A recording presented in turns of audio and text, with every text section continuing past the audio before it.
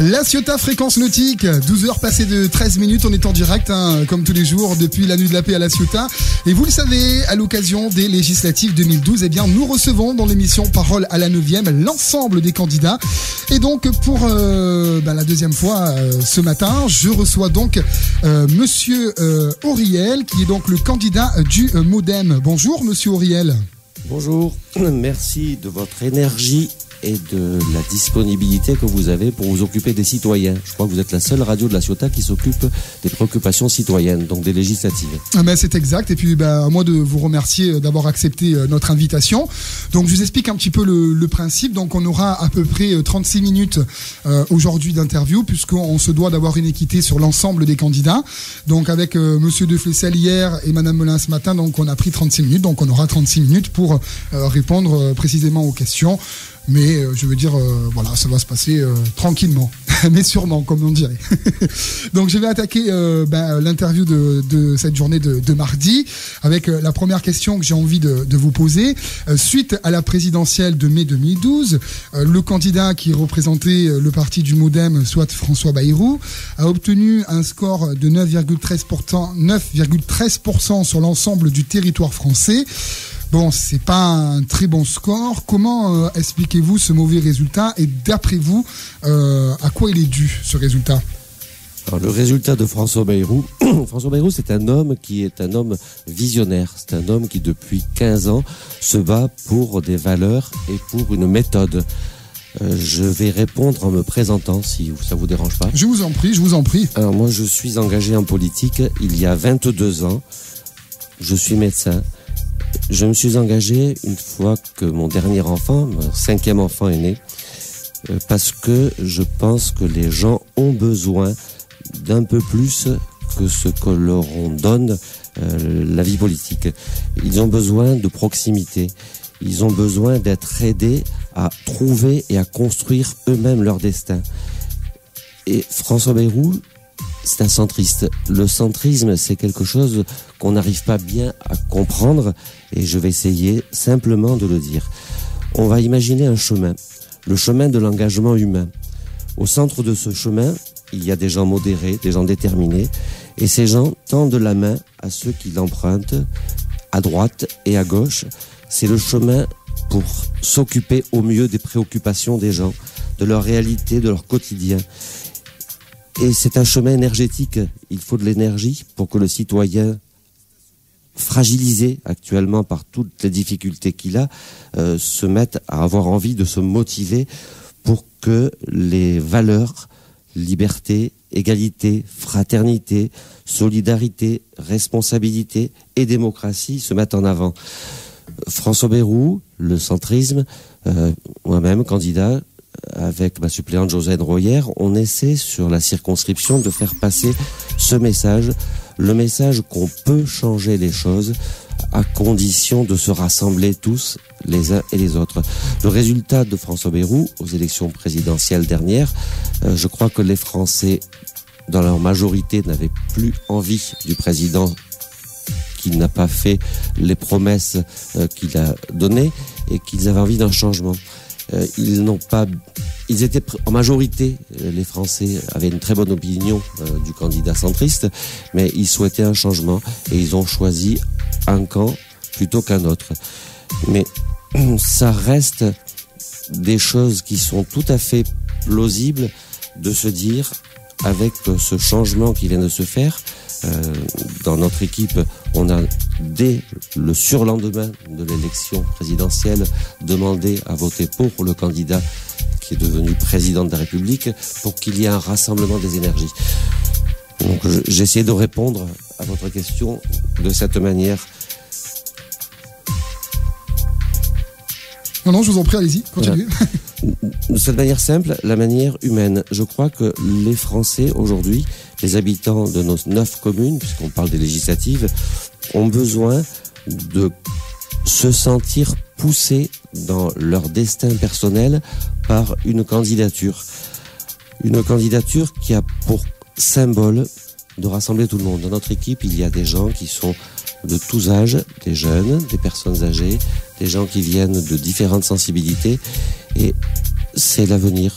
Peut-être que dans les années qui viennent, je le souhaite, la France va enfin se réveiller et arrêter de combattre l'un et l'autre parce qu'il est de gauche, parce qu'il est de droite, et proposer des alternatives avec des projets de société fondés sur des valeurs. D'accord, mais quand même ce résultat est là par rapport aux anciennes élections présidentielles qui ont pu avoir lieu dans la France. Comment ça s'explique qu'on l'attendait quand même un petit peu plus haut et qu'on le retrouve finalement avec ce score qui est là mais qui n'est pas si élevé que ce qu'on aurait pu imaginer? On souhaitait tous avoir un score qui soit présent au second tour. On espère que ça va être le cas pour les candidats qui sont sur les couleurs du Centre pour la France et du Rassemblement, et qu'on sera nombreux à être présents au second tour de l'élection législative. Le bipolarisme politique droite-gauche a fait que la place du centre est passée à côté pas des préoccupations, mais de la peur. Ce qui se passe en France, c'est qu'il y a eu une crise sociétale qui existe depuis de nombreuses années. Tout à fait, oui. Il y a une crise économique qui a frappé la France depuis quelques années. Il y a une crise humaine qui frappe la France depuis pas très longtemps, et surtout une crise de l'angoisse. Je crois que le Français baisse les bras parce qu'il se dit je crois plus en rien, je fais plus rien, donc à la limite je vais pas voter, ou je vais me réfugier sur, comme on le fait dans les périodes de crise, sur des votes extrêmes parce qu'il y a des boucs émissaires qui sont cités. Et on se propose, nous, l'équipe de rassemblement de la 9e circonscription, de combattre ces idéologies malsaines, l'idéologie du candidat élu actuellement sortant, qui est député, qui part complètement sur une dérive droitière extraordinaire, en stigmatisant, en clivant. Ce que on va essayer de faire, si on gagne cette élection, c'est de faire en sorte qu'il n'y ait pas une opposition stérile, destructrice, pour la volonté qui a été mise en action par les Français qui ont fait ce choix de construire une France où tout le monde se rassemble et on construit de façon à s'occuper des problèmes de chacun des personnes. Donc si je résume un petit peu ce score pas très bon qu'a pu avoir le MoDem lors des présidentielles, s'expliquerait un petit peu par la peur de chaque Français par rapport à la crise qu'on a vécue. D'une certaine manière, oui, par la peur et par le refuge sur d'autres candidats. Le candidat de la majorité précédente, le candidat de la majorité actuelle, et un vote protestataire très fort. Ok, merci d'avoir répondu à cette première question. Je poursuis notre interview, donc toujours lors de cette présidentielle. Certains responsables de votre parti, entre les deux tours, ont appelé à voter pour François Hollande. Moi, la question que j'ai envie de vous poser aujourd'hui, comment se fait-il que votre parti, qui est quand même à la base bien ancré au centre, puisse appeler ses électeurs à voter à gauche, et pourquoi ? Alors, je fais partie de ces gens. Je vous ai dit mon parcours. Depuis 22 ans, je suis engagé en politique. Depuis 40 ans, je m'occupe de tout un tas de choses autres que la politique, mais dans le rapport avec l'associatif. Et je crois que le Français, la Française, ont besoin d'autre chose que le clivage inutile entre la droite et la gauche. Donc, pourquoi toujours se polariser entre la droite et la gauche? Je crois que le président de la République, qui a été élu par la majorité des Français, est un président de rassemblement. C'est pas un président qui s'est imposé comme étant un président de gauche. C'est un président qui a dit, dès qu'il a été élu, qu'il était le président de tous les Français, y compris de ceux qui n'ont pas voté pour lui. Ensuite, c'est un président qui a fait des symboles forts. Premier symbole, c'est de diminuer son salaire et le salaire des ministres. Il a fait un autre symbole, c'est de mettre une parité exemplaire dans son gouvernement, autant de femmes que d'hommes, autant de jeunes que de moins jeunes, et de ne pas recourir à des anciens du Parti socialiste. Et, en fait, c'est un premier gouvernement pour l'intérêt général et pour le rassemblement. C'est pour ça que François Bayrou a hésité longuement, à mon sens, il a trop hésité à prendre parti entre le premier et le second tour, mais que nous, les militants et élus de la 9e circonscription, avons, dès le 3e jour qui a suivi le résultat des présidentielles, décidé de soutenir la candidature de François Hollande. Et je continue encore, après une étude très attentive des projets de François Hollande et des projets de François Bayrou, les projets communs sont à 70%. Donc c'est quelque chose qui se retrouve, qui se rejoint, plus ou moins selon le projet. Notre dynamique à nous, c'est une dynamique de personnes qui portent des projets. Donc les projets sont les plus importants que les clans qui divisent les gens. Nous, ce qu'on veut, c'est des projets qui rassemblent. Alors la France, elle a connu une crise sans précédent, durant le dernier mandat de Nicolas Sarkozy, pendant 5 ans. C'est un message fort que vous apportez aux concitoyens, ce qu'a fait François Hollande, de réduire le salaire du président de la République, de réduire le salaire de certains de ses ministres, et puis par la même occasion d'éviter le cumul des mandats. C'est quelque chose de fort pour vous en tant que éventuellement futur député ou aimerait être député sur la 9e circonscription. C'est un message fort qu'on peut adresser ça aux concitoyens. C'est un des messages forts. Moi, je crois que le Français a besoin d'exemples, et je crois que les élus doivent être des hommes et des femmes, pardon d'avoir dit des hommes en premier, des femmes et des hommes exemplaires. C'est pas grave, on vous en excuse. Et donc déjà commencer à avoir un train de vie plus simple. Et ensuite, la politique, à mon sens, et je crois que ça devrait être comme ça, c'est une passion pour l'autre. C'est pas une passion pour avoir un bout de pouvoir, c'est pas une passion pour un clan contre un autre clan, c'est une passion pour que l'ensemble de la population, l'intérêt général, devienne la préoccupation des politiques. Et les politiques devraient arrêter de se disputer les uns les autres pour dire le député sortant dit je vais faire en sorte de bloquer tout ce qui va se faire éventuellement, c'est pour ça que je suis là. Non, d'autres candidats disent je travaille pour un parti politique. Nous, on travaille pas pour un parti politique, on travaille pour rassembler. Je souhaite être, si les électeurs nous font confiance, un député qui rassemble et quelqu'un de modeste qui ressemble à tous les gens. Donc vous souhaiterez être élu député de la 9e circonscription. Pour vous, si demain vous devenez député, comment on peut aujourd'hui, dans un pays comme le nôtre, pouvoir faire des économies en temps de crise et avec la dette que peut connaître la France aujourd'hui, tout en essayant de ne pas faire trop d'austérité, parce que l'équilibre entre les deux à trouver n'est pas si évident que ça quand même. Là, il faut décliner un petit peu les projets, sinon on va parler dans le vague. Donc les principales préoccupations des gens, c'est l'emploi. L'emploi, jusqu'à présent, n'a pas été bien géré parce qu'on ne s'est pas occupé des petites et des moyennes entreprises. Donc un des projets, une proposition de loi, si je suis le député, que je ferai passer, j'essaierai de faire passer avec la majorité présidentielle, parce que je sais que l'opposition UMP s'y opposera, c'est de faire en sorte que d'abord, on fasse des CDI, que ce soit obligatoire, qu'il n'y ait plus de CDD.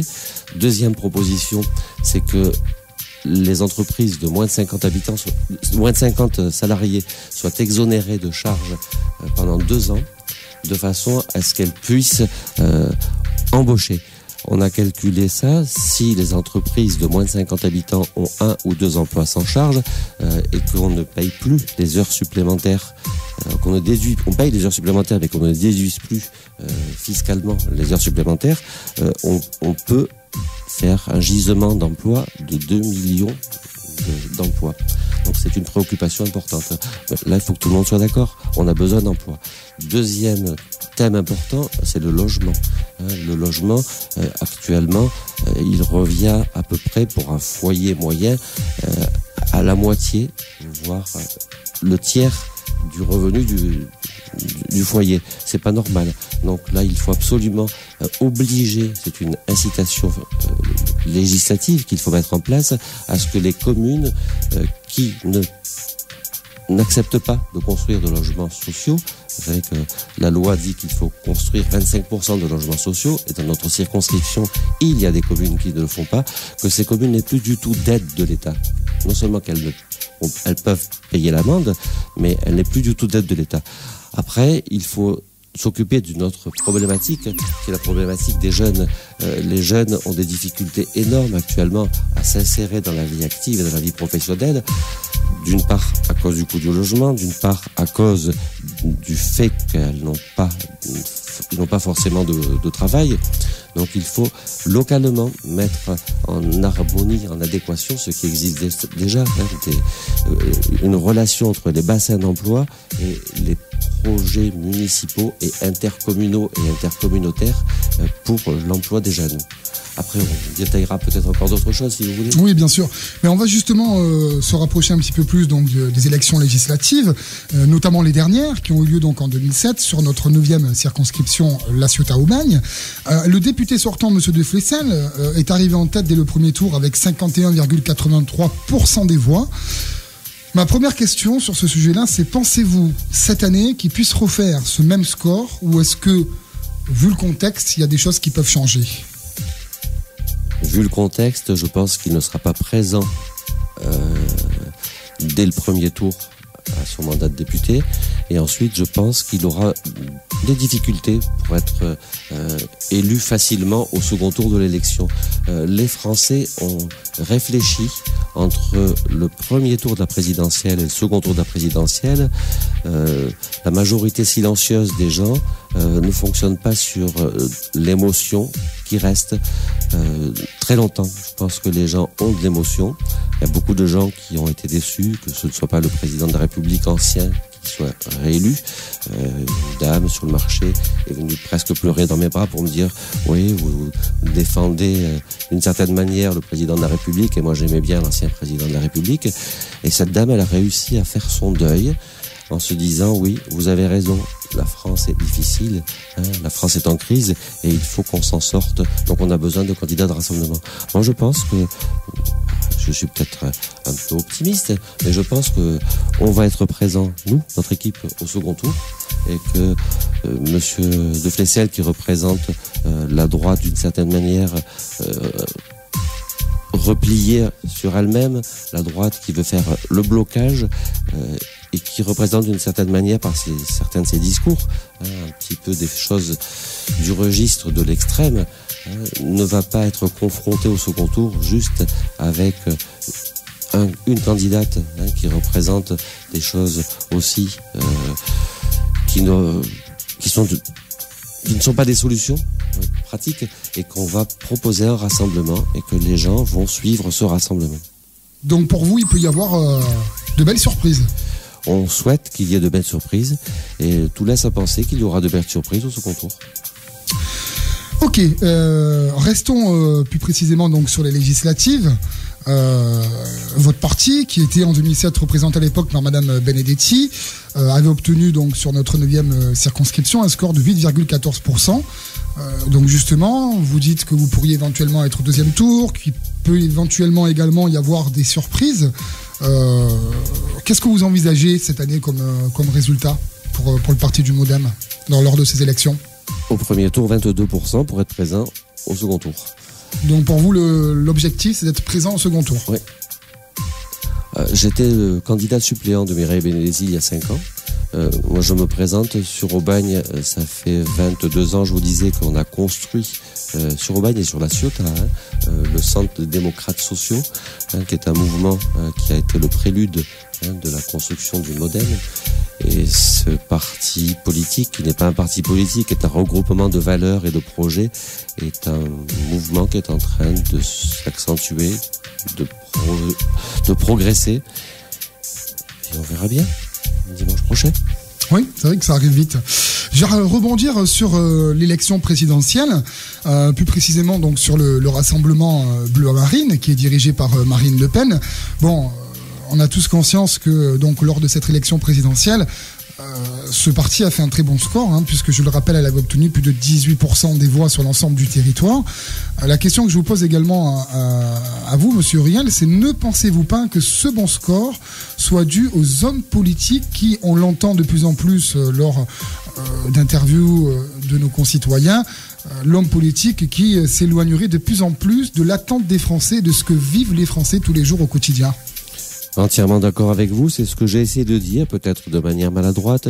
Je pense que le politique ne devrait faire de la politique que pour rendre une mission aux citoyens.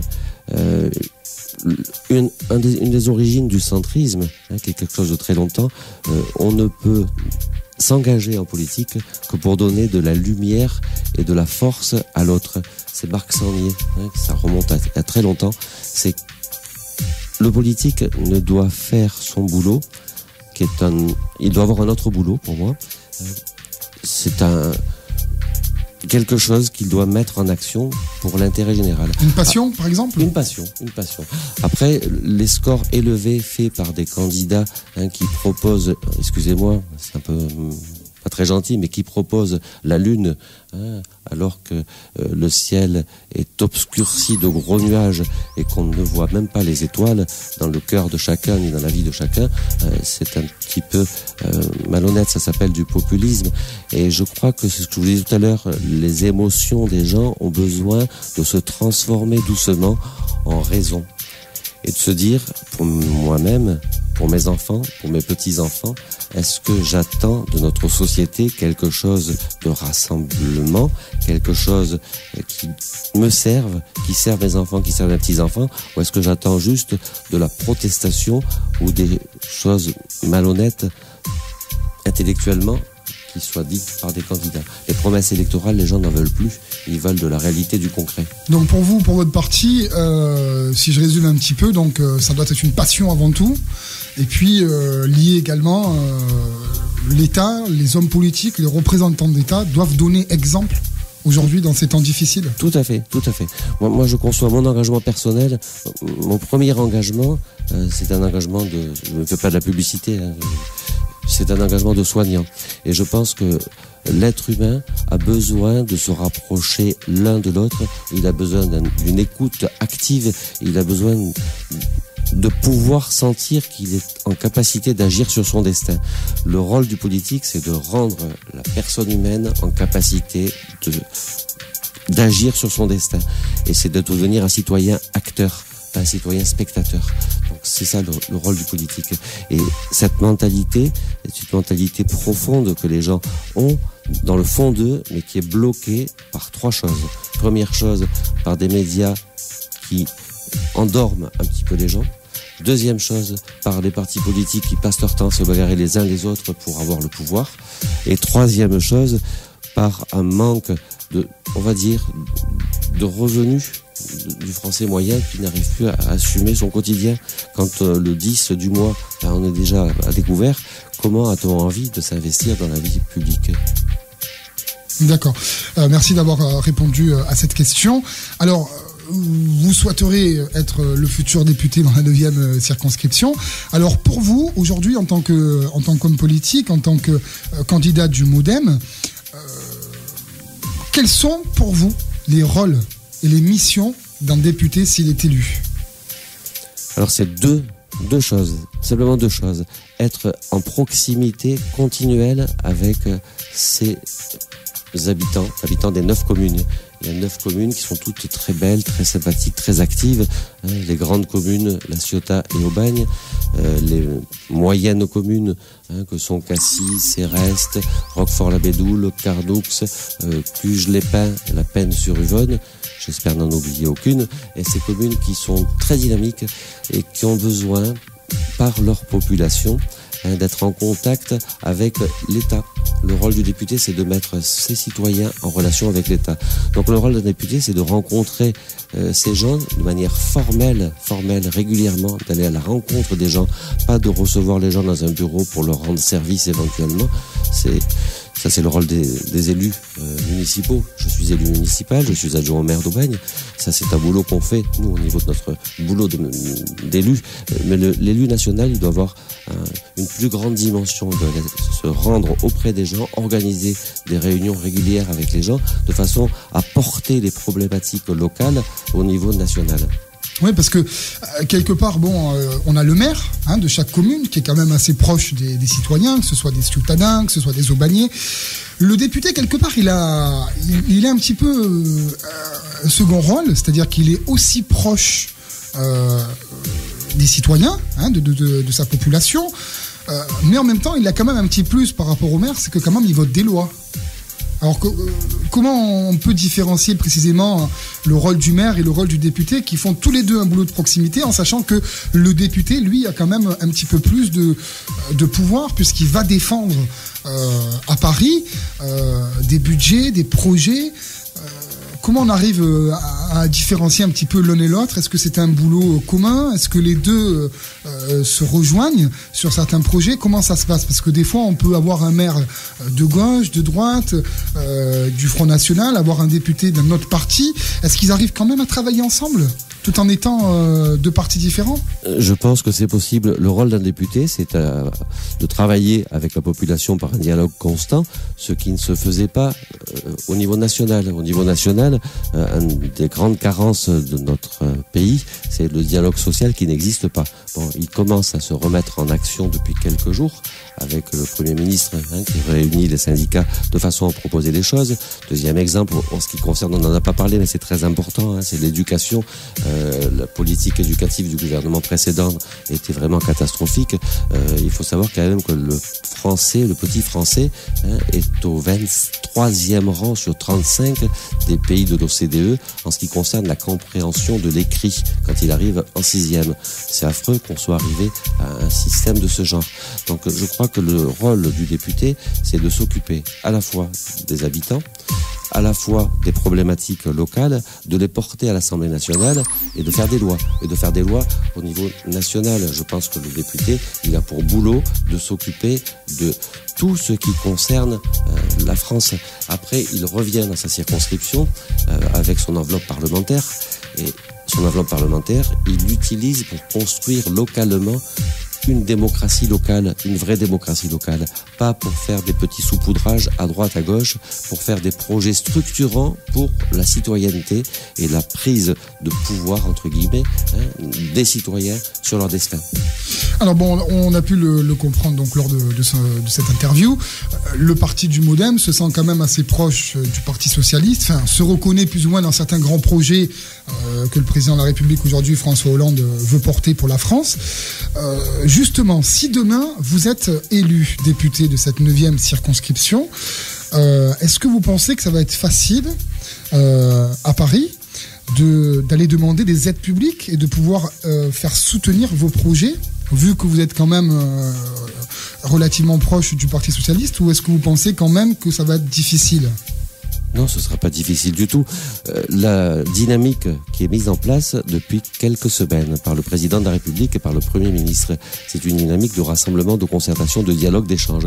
C'est une dynamique de projet. Je vous disais tout à l'heure que le projet du centre et le projet du Parti Socialiste, mais qui est aussi un projet national, un projet de rassemblement, ont 70% de proximité. Donc la seule petite nuance qu'il y a, c'est que nous, ce qu'on tient à tenir, c'est qu'on ne peut pas, dans le chemin dont je vous parlais tout à l'heure, où on marche dans le chemin pour que le destin de chacun soit au mieux avec des gens de droite et des gens de gauche, il ne faut pas franchir la ligne jaune des déficits. Il faut absolument empêcher de faire une augmentation des déficits. Il faut augmenter les dépenses pour qu'il y ait davantage d'emplois, pour l'éducation, mais il faut faire en sorte qu'on ne fasse pas n'importe quoi, qu'on ne dérape pas par rapport au déficit. Donc je pense que c'est quelque chose qui doit être possible, très possible, de travailler avec des équipes. Nous, on le fait bien à Aubagne. À Aubagne, on s'est présenté aux élections municipales il y a 4 ans, le MoDem, contre l'équipe de gauche, contre l'équipe de droite et contre l'équipe du Front National. Et on a été au second tour. On s'est mis en partenariat avec l'équipe conduite par le maire d'Aubagne, pas pour une question d'étiquette, pour une question de projet. Le projet qu'on avait fait et le projet qu'avait fait l'équipe arc-en-ciel du maire d'Aubagne sont des projets qui sont très proches. Donc je pense qu'au niveau national, c'est possible. Et qu'au niveau d'une circonscription, c'est possible aussi de fédérer les différents maires pour qu'ils puissent donner et trouver ensemble, en travaillant, des projets. Donc aujourd'hui, donc vous l'avez dit tout à l'heure, vous êtes adjoint au maire d'Aubagne. Vous arrivez quand même à travailler ensemble, malgré que vous soyez du MoDem, que lui soit plutôt de gauche, vous arrivez quand même à tenir des bons projets pour la ville, malgré ces étiquettes politiques différentes? Tout à fait, tout à fait. L'étiquette politique ne compte pas dans la construction d'un projet. Ce qui compte, c'est les personnalités des gens et les forces de proposition que les gens ont les uns avec les autres. Essayer de s'entendre bien. Dès le départ, on s'est mis d'accord pour faire une majorité de projets et on reste sur la majorité de projets.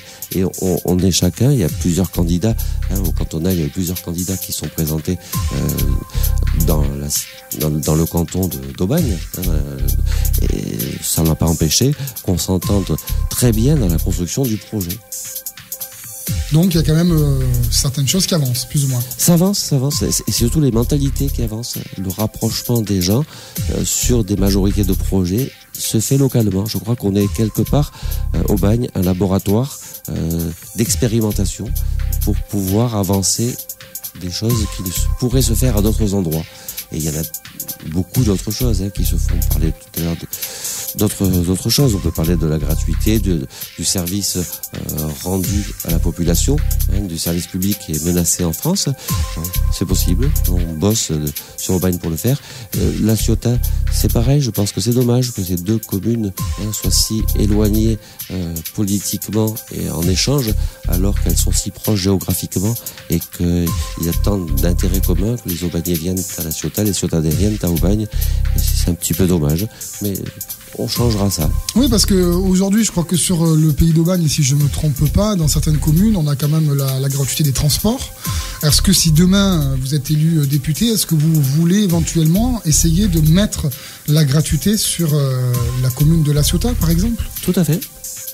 Tout à fait, c'est quelque chose de possible, à condition que les maires suivent. Après, il y a un peu le paradoxe. La 9e circonscription, c'est une circonscription qui comprend 3 communes qui appartiennent à la communauté urbaine. 6 communes qui appartiennent à la communauté urbaine de Marseille et 3 communes qui appartiennent à la communauté du Pays d'Aubagne et de l'Étoile. C'est un petit peu dommage que ces communes ne se rapprochent pas entre elles plutôt que d'être chacune de leur côté. De leur côté, dans 2 coins différents. Donc oui, je pense que c'est quelque chose qui doit se travailler, le rapprochement des 9 communes qui géographiquement sont très proches. Vous pensez que c'est faisable? Je pense que c'est malgré faisable. qu'on ait pareil des étiquettes politiques différentes d'un maire à l'autre. Je pense que la politique politicienne n'est plus l'apanage des citoyens. Depuis déjà quelques années, ils l'ont exprimé par leur vote protestataire, ils en ont marre. Et je crois que les maires, s'ils veulent rester maires, ils n'ont pas intérêt à faire une campagne sur une étiquette politique, mais une campagne sur le rassemblement des gens, sur les projets, sur les préoccupations que les gens ont besoin qu'on mette en action par des réponses concrètes. Monsieur Auriel, qu'est-ce que vous répondrez à d'autres candidats? Parce que vous savez que dans le cadre de Parole à la 9e, on reçoit l'ensemble des candidats qui veulent bien sûr venir sur ce plateau pour répondre à nos questions. Qu'est-ce que vous répondrez aux autres candidats qui disent que vous n'avez jamais rien fait pour les villes de la 9e? Si, j'ai fait pour la ville d'Aubagne, puisque je suis élu à Aubagne depuis longtemps. Alors c'est sûr que quand on n'est pas élu dans une ville, à part de faire des réunions et des rencontres avec les gens dans les autres communes, c'est difficile. On peut pas, si on n'est pas élu, faire des choses pour les autres communes. Mais moi, je suis présent physiquement dans les 9 communes de la circonscription, mais pas depuis maintenant. J'habite le coin, et j'habite le coin. D'autres candidats n'habitent pas le coin. J'habite le coin depuis 45 ans. Et c'est mon coin, c'est mon pays d'adoption. On va finir cette interview, il nous reste 3 minutes, puisque je vous rappelle, on a quand même un droit d'équité entre chaque candidat, par quelque chose qui est quand même assez important pour nous, pour la 9e. Quel est votre programme? Quelles sont les grandes lignes de votre programme si demain vous êtes élu député pour la 9e circonscription? Alors c'est d'abord de développer au maximum l'école, donc de mettre en place tout un tas de projets qui sont des projets aubagnais, mais on aimerait bien qu'ils soient à la Ciotat. C'est un projet pour que les enfants aient dès le tout jeune âge une éducation artistique, une éducation manuelle, à faire un vrai projet éducatif dans les communes de la circonscription. Deuxième chose, je vous l'ai dit tout à l'heure, c'est faire en sorte que le logement soit un logement performant pour le maximum de gens. Troisième chose, l'emploi. En favorisant les PME et quatrièmement, l'éthique en politique. Je pense que l'éthique en politique, c'est quelque chose de très important et que les citoyens en ont besoin et qu'il faut donner l'exemple. Je reviens juste là-dessus, je me permets de vous couper.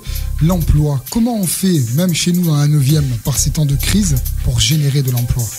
Comment on peut faire si demain on est député pour tout se battre et tout donner pour essayer de faire de l'emploi chez nous? Ce que je voulais tout à l'heure, c'est faire des lois qui permettent de supprimer les charges complètement, les charges patronales pour les petites entreprises de moins de 50 salariés. Ça déclenche plein d'emplois très rapidement. Et vous pensez que... Il suffit qu'il y ait une loi qui soit faite, il suffit qu'il y ait une loi, une impulsion. Juste cette loi peut nous amener de l'emploi, des entreprises. Ça peut le faire, et puis après il faut se battre contre le système financier qui prévaut au système politique, se battre contre ça, et après c'est un rôle politique, ça s'occuper de mieux construire l'Union européenne, de mieux faire en sorte de réguler les flux financiers en créant une taxe sur les flux financiers de façon à ce qu'il n'y ait pas ces problèmes de délocalisation qui se font et ces difficultés énormes pour les petites entreprises à survivre. Eh bien, monsieur Auriel, il me reste qu'à vous remercier d'avoir accepté de venir nous rencontrer ce matin en direct pour ces élections législatives. Et puis, comme à tous les candidats qui passent ici sur ce plateau, je vous souhaite bonne chance. Je vous remercie. C'est moi qui vous remercie de m'avoir invité et d'avoir invité tous les candidats et d'être un citoyen acteur. Merci. Merci à vous et bonne chance pour ces élections. Là, c'était à Fréquence Nautique, 12h passées de 49 minutes. Dans moins de 10 minutes, 13h, ça sera le ciné dans la radio. Bon appétit si vous passez à table. N'oubliez pas que Parole à la 9e, toute la rédaction se mobilise et vous pouvez retrouver chacune des interviews en podcast sur notre site internet au www.fréquencenautique.com. Tout de suite, retour des hits avec le son de Nadia Ali. Bonne fin de matinée à tous. 107